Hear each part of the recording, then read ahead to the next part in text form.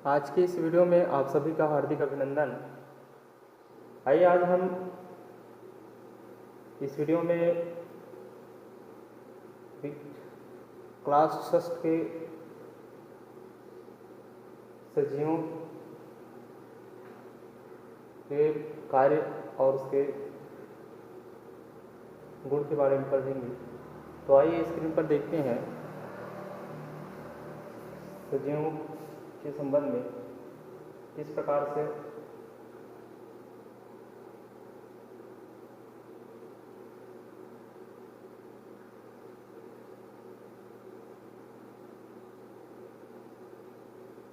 सजीवों की संरचना तथा कार्य अध्याय 8 इस पर हम विचार करेंगे और इसका अध्ययन करेंगे। साथ ही साथ प्यारे विद्यार्थियों, आप अपने पुस्तक का भी अवलोकन करते जाएंगे, क्योंकि पुस्तक साथ में अवलोकन करेंगे तो आपको इसका जो बेनिफिट है अधिक मिलेगा और हमारा जो स्टडी है वो अच्छा होगा। और जब भी आप चैनल में जुड़ते हैं तो चैनल के साथ साथ गूगल क्लासरूम का जो अवलोकन करते हैं तो साथ में अपने पुस्तक को साथ में जरूर रखें, ताकि आपको अच्छे से और समझ में आए और अधिक से अधिक आपका जो पढ़ने का जो स्तर है वो बढ़े। चलिए आज इस अध्याय का शुरुआत करते हैं।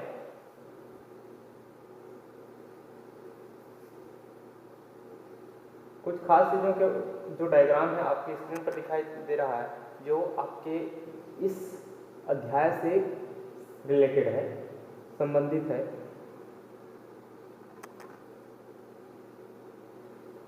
सबसे पहले आप सभी जानते हैं सजीव किसे कहा जाता है। जिनमें जीवन की जो कल्पना पाई जाती है वो सजीव कहलाते हैं। जैसे कुछ उसके गुण हैं, मैं इसका एक और वीडियो बनाऊंगा जिसमें इसके बारे में आपको बताई जाएगी।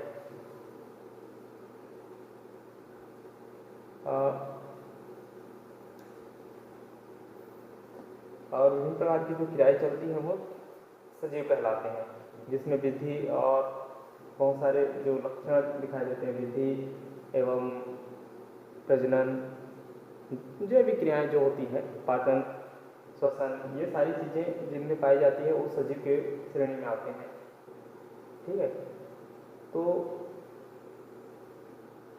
हम थोड़ा सा बात करते हैं आज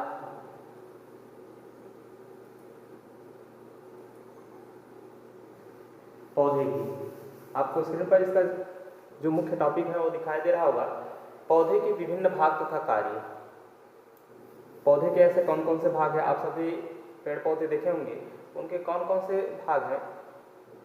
तो स्क्रीन पर आपको एक पौधे का चित्र दिखाई दे रहा है, तो उसमें आपको दिखाई दे रहा होगा कलिका है ना, फूल है, फल है, तना है, जड़ है, पत्ती है। ये पौधे के भाग होते हैं। कौन कौन से आपको इस पूरे चित्र में दिखाई दे रहा है, ये पौधे के भाग। कलिका सबसे ऊपर का जो भाग होता है पौधे का वो कलिका कहलाता है। ठीक है, शाखा के जो सबसे शीर्षस्थ भाग होता है, शीर्षस्थ भाग, उसको कलिका कहा जाता है। और ये शीर्षस्थ भाग है कलिका। ठीक है ना। और ये आपको जो दिखाई दे रहा है ये फूल है, ये है फूल। और ये फल, पौधे में फल भी लगता है, पेड़ पौधे में। ठीक है, तो उनके भाग है। और ये जो जमीन से लेकर ऊपर की ओर ये शाखा गई हुई है, मोटा जो हिस्सा है जो जमीन से जुड़ा हुआ है, जमीन से जड़ से जुड़ा हुआ है, और जमीन की जो ऊपर वाला हिस्सा है वो तना कहलाता है। ठीक है, और ये इस बड़े वाला जो भाग है ना, इस पौधे का बड़े भाग जो है तना कहलाता है। और तने में जो छोटे छोटे और बहुत सारे भाग निकलते हैं वो शाखाएं कहलाती है। इसमें शाखाओं का वर्णन नहीं है। ठीक है ना। और बच्चों आप जानते हैं कि ये पत्ती है। ठीक है, ये तना हो गया, फल हो गया, फूल हो गया। ठीक है, अब ये जड़ है। अब मैं बता दूं आप सभी को कि ये जो जड़ अर्थात जमीन से लेकर ऊपर वाला जो हिस्सा है ना, जिनमें कलिका, तना, पत्ती, फल, फूल आदि जो पौधे के भाग पाए जाते हैं, उनको सम्मिलित रूप से प्ररोह तंत्र कहा जाता है। ये यहाँ से लेकर यहाँ तक की जो जितने भी भाग हैं, अर्थात जमीन के जो ऊपर वाला जो हिस्सा है, जहाँ पर फल, फूल, तना, पत्ती, कलिका आदि पाए जाते हैं, ये वाला भाग जो है प्ररोह तंत्र कहलाता है। ठीक है, पौधे का। ठीक, और पौधे का जो नीचे वाला भाग है, तो इसमें हमने जड़ पढ़ा है ना, तो इसमें बहुत सारे जड़ों का जो जाल है ना, इसके जाल फैला होता है, कई शाखाओं बटे होते हैं। तो ये जो वाला जो भाग है वो कहलाता है जड़ तंत्र। ठीक, आगे इसमें हम और विचार करेंगे। ठीक है ना, आप जानते हैं, आपको चित्र में दिखाई दे रहा है, लेकिन ये पौधे की जो जीवन की शुरुआत है वो कहाँ से होती है? बीजों से। ठीक है ना, बीज से ही अंकुरित होकर एक बहुत बड़े पौधे का निर्माण होता है। ठीक है, क्यों ना हम जब यह जान लिए कि पौधे का जो निर्माण है वो बीज से होता है, तो सबसे पहले हम बीज के बारे में ही अध्ययन करने का शुरुआत करते हैं। तो आइए आगे हम देखते हैं बीजों की रचना किस प्रकार होती है। तो बीजों की रचना के लिए हम 8-10 प्रकार के जो सूखे बीज हैं उनका एकत्रीकरण कर लें और इनका अवलोकन करें, देखें, और उसका कॉपी में एक नोट बनाएं, सारणी बनाएं। अब सारणी कैसे बनाना है, तो सारणी कैसे बनाना है ये स्क्रीन पर आपको दिखाई दे रहा होगा, आपके बुक में भी है ना। तो इस प्रकार से सारणी आपके बुक में बनाना है। जैसे क्रमांक का एक कॉलम रहेगा, बीज का नाम, कौन कौन से आपने बीज 8-10 जो बीज किए हैं, जैसे इसमें चना है, मटर दिया हुआ है, जो आपके आसपास आपके घर में मौजूद हो, उन बीजों को आप लेकर इस सारणी में बना सकते हैं। जो दिया है उसके अलावा आपके 3 और खाली जो जगह है उस पर लिख सकते हैं।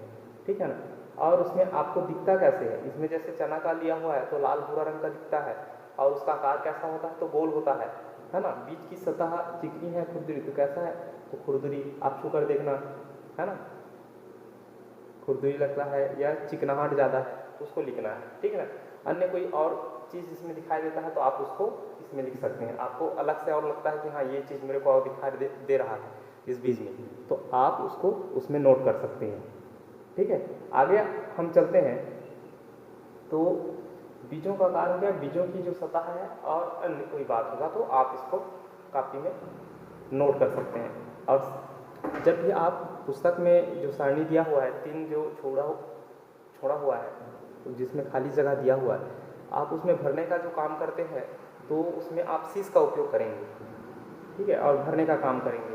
आप बीज कलेक्शन कर लेंगे और बीज को पहले कलेक्शन करने के बाद ही इसको भरना है।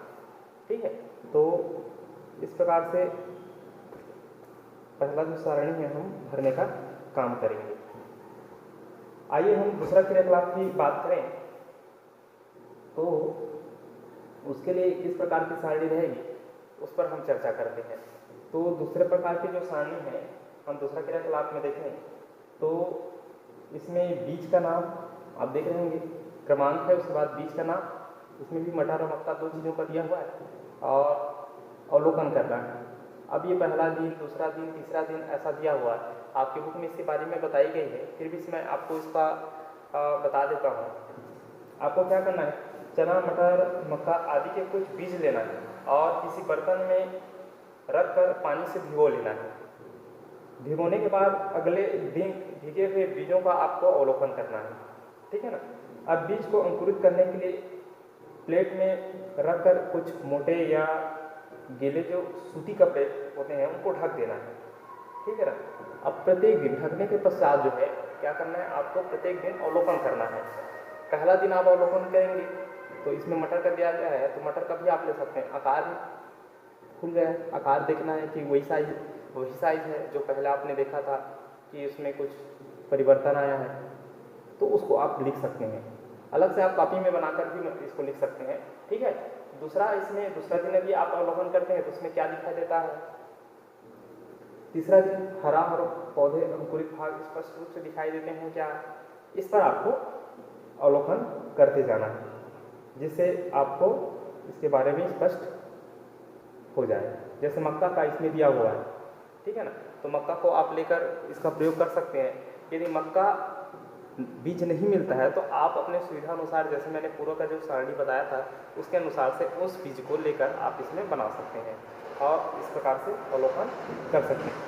उसके पश्चात कुछ क्वेश्चन भी दिए गए हैं कि आप यहाँ जो एक्टिविटीज़ है उसको करने के बाद जो है आप उस चीज़ को जो क्वेश्चन आंसर दिया है उसको बनाने का कार्य करेंगे।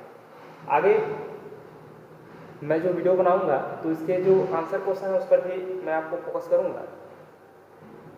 आज इस लेसन को मैं बता देता हूँ, ठीक है ना।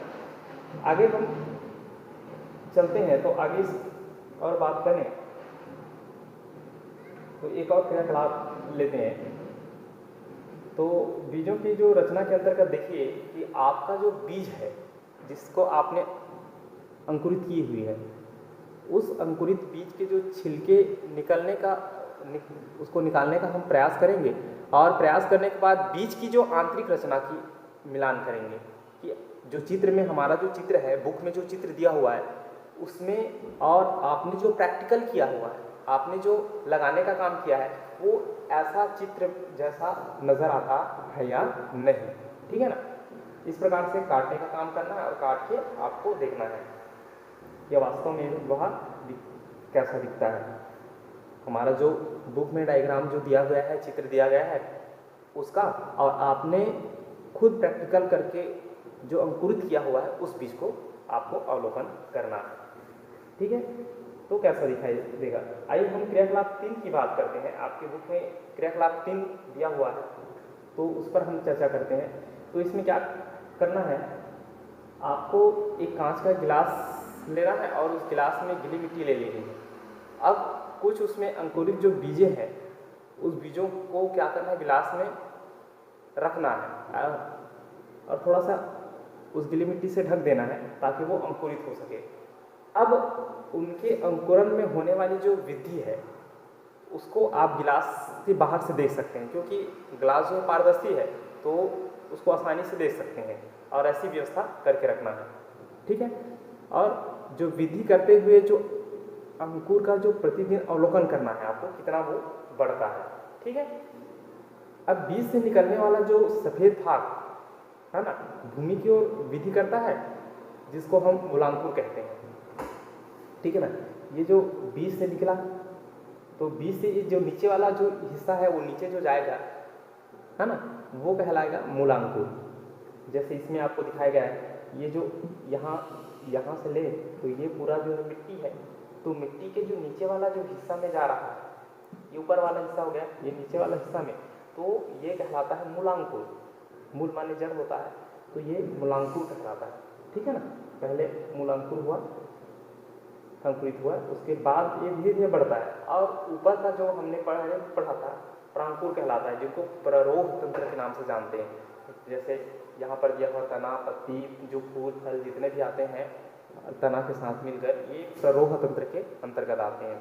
और जो नीचे का हिस्सा है, जड़े जैसे निकल गए, ये तो मूलांकुर हो गए क्योंकि इसकी शाखाएं नहीं है ना। लेकिन इसमें देखिए ये पूरे शाखाएं में वितरित हो गया है, जड़ जो है। तो ये इस प्रकार से बहुत सारे शाखाएं वितरित हो जाने के बाद इसको कहा जाता है जड़ तंत्र, ठीक है। तो जो विकसित होकर जड़ तंत्र है और विकसित होकर जड़ तंत्र बनाता है। इसी प्रकार जो अंकुर का जो हरा भाग मिट्टी से ऊपर की ओर वृद्धि करता है, इसे प्रांकुर के नाम से जानते हैं। आप देख रहे होंगे स्क्रीन पर, आप इसको आपके बुक में भी अंडरलाइन कर सकते हैं और बता सकते हैं। जो विकसित प्रकार के प्ररोह तंत्र बनाते हैं। प्ररोह तंत्र के अंतर्गत हम जानते हैं कि तना, पत्तियां हमने पूर्व पढ़ा हुआ है, तना है, पत्तियां हैं, फूल है, फल है एवं बीज प्ररोह के भाग होते हैं। जैसे आपको प्रश्न में पूछ देते हैं प्ररोह तंत्र के कौन कौन से भाग हैं, तो तना, पत्ती, फूल, फल एवं बीज, शाखाएं भी ले सकते हैं आप। ये पूरा जो है आपका प्ररोह तंत्र के अंतर्गत आता है। इस प्रकार हम पौधे में 2 तंत्रों के बारे में अध्ययन किए हैं। एक तो जड़ तंत्र है और दूसरा भूमि के जो बाहर होता है उसको प्ररोह तंत्र। प्रश्न कभी कभी ऐसा भी पूछते हैं कि पौधे में कितने तंत्र होते हैं, तो आपको ध्यान में रखना है कि उसमें 2 तंत्र पाया जाता है जमीन के अंदर, जो जड़ तंत्र है, और जमीन के जो बाहर होता है उसको कहा जाता है प्ररोह तंत्र। तो इस प्रकार के आज के इस वीडियो में बस इतना ही प्यारे विद्यार्थियों। आने वाली वीडियो में मैं जड़ की से बात करेंगे, जड़ तंत्र का, किस प्रकार से पौधों की जड़ों का जो फैलाव होता है उसमें भी आता है। एक तो मूसला जड़ होता है, एक स्थानिक जड़ होते हैं। मूसला जड़ का मतलब होता है जिनकी शाखाएं कम होती है और काफ़ी मोटा होता है, ठीक है। जैसे एक मूली का ले लें तो मूली का जो वो होता है वो मूसला जड़ में आते हैं, और अपस्थानिक जड़ जो झाड़ियाँ होती हैं उसकी जो जड़ें हैं बहुत फैल जाती हैं, वो अपस्थानिक जड़ में आती हैं, ठीक है ना। तो इस प्रकार से हम आने वाला जो वीडियो है उसमें मैं आपको जड़ तंत्र के बारे में विस्तृत अध्ययन करूँगा। तब तक के लिए धन्यवाद, नमस्कार, जय हिंद, जय भारत।